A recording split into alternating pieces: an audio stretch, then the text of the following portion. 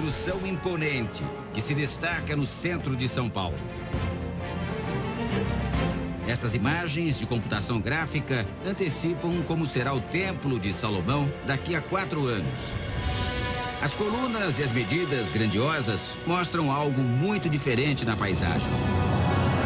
Uma réplica da construção mais importante descrita na Bíblia. Um pedaço da Terra Santa no coração da cidade. O projeto foi idealizado pela Igreja Universal do Reino de Deus. A área escolhida fica no tradicional bairro do Brás. Região onde também está um dos templos mais conhecidos da igreja na capital paulista. O Templo de Salomão terá números impressionantes. 56 metros de altura, o tamanho aproximado de um prédio de 18 andares. A obra vai consumir 28 mil metros cúbicos de concreto e 2.000 toneladas de aço. O suficiente para construir 2 vezes o Palácio do Planalto. O projeto teve repercussão internacional. O jornal americano New York Times noticiou: reconstruindo o Templo de Salomão em São Paulo. O inglês The Guardian fez referência ao tamanho da construção e afirmou que o templo poderia até fazer sombra ao Cristo Redentor. Continuando com as notícias de último momento. Na semana passada, a CNN exibiu reportagens sobre a construção. O ministro das Relações Exteriores do Brasil, Celso Amorim, afirmou que o projeto é uma boa ideia, já que uma das características do país é ser multicultural e multirreligioso. Étnico, isso hace, digamos, o charme do Brasil. Veja na animação como será o templo por dentro. A capacidade é para 10 mil pessoas sentadas. O projeto repercutiu também entre as lideranças judaicas. Se lá houver uma possibilidade das pessoas aprenderem e compreenderem a cultura, a tradição, a ética, a história que o povo judeu trouxe ao mundo, aquele que trouxe ao mundo a ideia do monoteísmo, e que hoje faz parte da cultura ocidental, será muito positivo. Esta é a maquete do Templo de Salomão, que será construída em São Paulo. E este é o arquiteto Rogério, um dos responsáveis por esta grande obra. Arquiteto, olhando aqui, a gente tem a impressão de que foi preciso um estudo muito profundo para se conseguir uma réplica do templo. Com certeza, Duran. Pelo que você pode observar, toda essa parte externa, ela tem uma fidelidade muito grande com o projeto da época.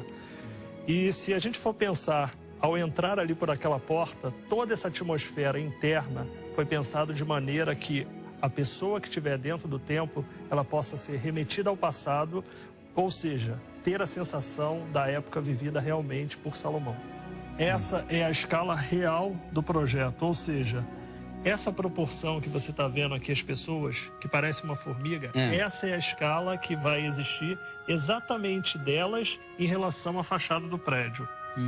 Bom, gente, vamos conferir o que o arquiteto está falando com a tecnologia que a gente tem hoje na televisão.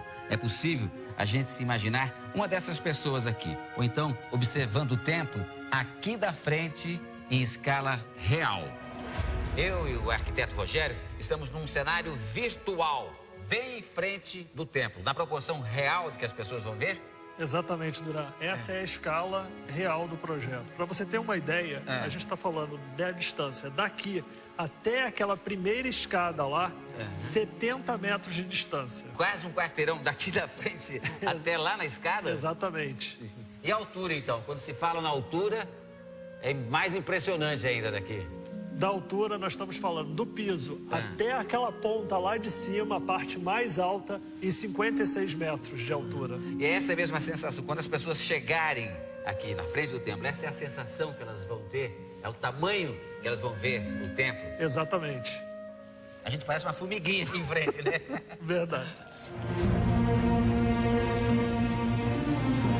A Bíblia conta que a construção de um grande templo para honrar a Deus era um desejo de Davi, o primeiro rei de Israel, e que ele recebeu orientações detalhadas sobre a obra do próprio Deus.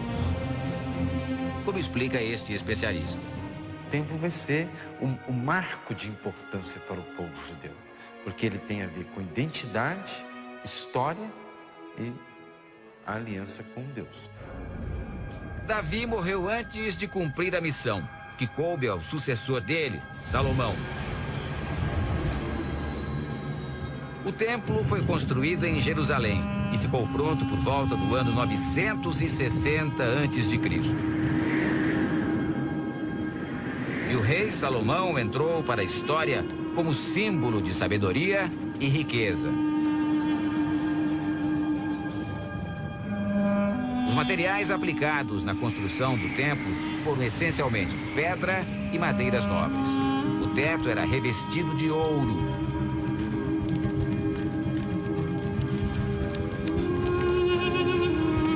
Apenas os sacerdotes podiam frequentar o templo e só o sumo sacerdote tinha autorização para entrar no cômodo mais importante, o Santo dos Santos. Ali ficava uma preciosidade, a Arca da Aliança, uma caixa coberta de ouro que guardava as pedras dos 10 mandamentos, escritos por Deus e entregues ao profeta Moisés.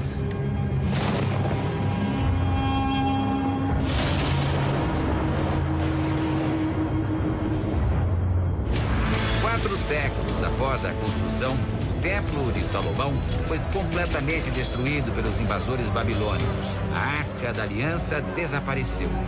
O sumiço é um dos maiores mistérios da Bíblia e da arqueologia.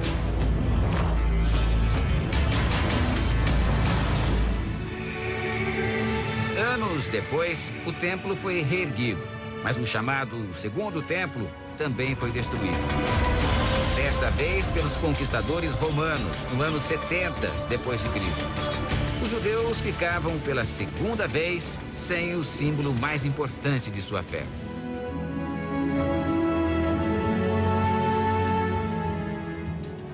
A circulação ao redor de Jerusalém se dá pelo templo.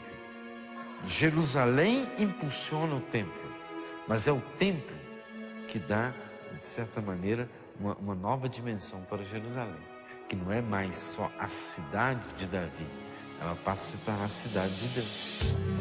Os judeus nunca conseguiram realizar o sonho de reconstruir o templo no mesmo local em razão dos conflitos com os árabes e a religião islâmica.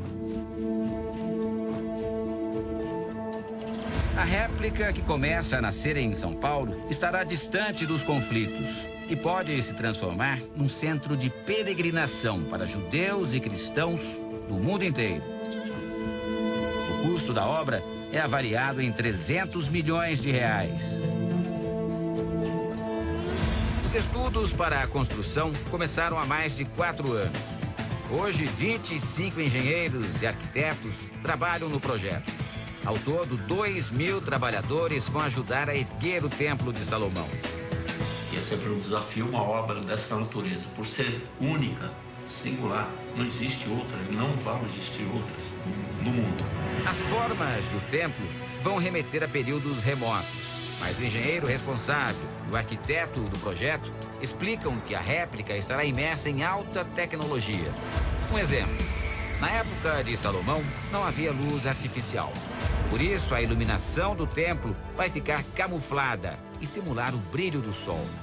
A ideia é que essas luminárias não apareçam. Então, eu tenho uma chapa de cobre furada, dourada. E qual a sensação que a gente quer dar para a pessoa? Que, ao olhar, ela vai ver um teto todo de madeira e ouro. Ela vai ver luz sem ver a luminária. A obra de proporções gigantescas vai também levar em conta a preocupação com o meio ambiente. Haverá reaproveitamento de água e tratamento acústico para impedir a poluição sonora. Outro detalhe vai marcar a construção do templo: a utilização de pedras importadas de Israel. Uma amostra está no escritório da construtora responsável pela obra. Jerusalém inteiro é com essa pedra. Gente, é impressionante o peso. Eu não vou conseguir. É impressionante o peso dessa pedra que chama Taltish, que vai recobrir as paredes do templo aqui, do templo de Salomão, aqui em São Paulo. Agora, quanto pesa, vocês estavam dizendo, quanto pesa a pedra assim, se ela tiver 1 metro pra cá, 1 pra cá, 1 pra cá, um quadrado assim, de 1 metro cúbico dela, ela pesa 2,8 toneladas. 2,8 toneladas. 2.800 quilos por metro cúbico. Em Israel, o correspondente Herbert Moraes visitou o local de onde as pedras estão sendo extraídas. As batidas ritmadas fincam estacas. Máquinas potentes completam o trabalho de talhar a pedra bruta. Estamos na maior pedreira da cidade de Hebron. As pedras daqui são conhecidas pela qualidade. A área é grande. Máquinas e homens avançam cada vez mais para dentro da terra em busca da rocha. Quanto mais fundo a exploração, melhor o produto. Hebron é uma cidade da Cisjordânia, região de maioria árabe, que tem as fronteiras controladas pelo governo israelense. Desde a época do rei Salomão, as pedreiras de Hebron fornecem o material necessário para as construções em Jerusalém. E é daqui também que toneladas de pedras como essas estão sendo enviadas para São Paulo para erguer o templo da Igreja Universal, que vai manter uma tradição que já dura mais de 3.000 anos. O israelense Ali é o dono da pedreira. Ele confere bloco por bloco. Sabe que a qualidade das pedras é fundamental, ainda mais quando se trata de atender ao pedido inédito, o maior da história da empresa. Para cumprir a tarefa, ele teve que contratar mais pessoas, 300 homens e 100 máquinas, que têm 18 meses para cortar, polir e despachar as pedras através do mar Mediterrâneo. Serão várias viagens de navio com saída do porto de Ashdod, num percurso de quase 12.000 quilômetros e 30 dias até o Brasil. No Brasil, operários já cuidam do terreno onde o templo será construído. Na semana passada, o prefeito de São Paulo, Gilberto Kassab, visitou a obra. Ele foi acompanhado pelo líder da Igreja Universal, Bispo Edir Macedo. O prefeito ficou impressionado com a magnitude do projeto. Uma obra de grande impacto, mas que deu para perceber já nesses 2, 3 anos de tramitação do projeto, com todos os cuidados sendo adotados pela Igreja Universal. Será um dos grandes templos da cidade de São Paulo, será um equipamento com características culturais importantes, não é? Será um marco. Todo este trabalho teve início há cerca de um mês, logo após o lançamento da pedra fundamental. Uma frase bíblica selou o compromisso para o futuro. Tu és Pedro, e sobre esta pedra edificarei minha igreja.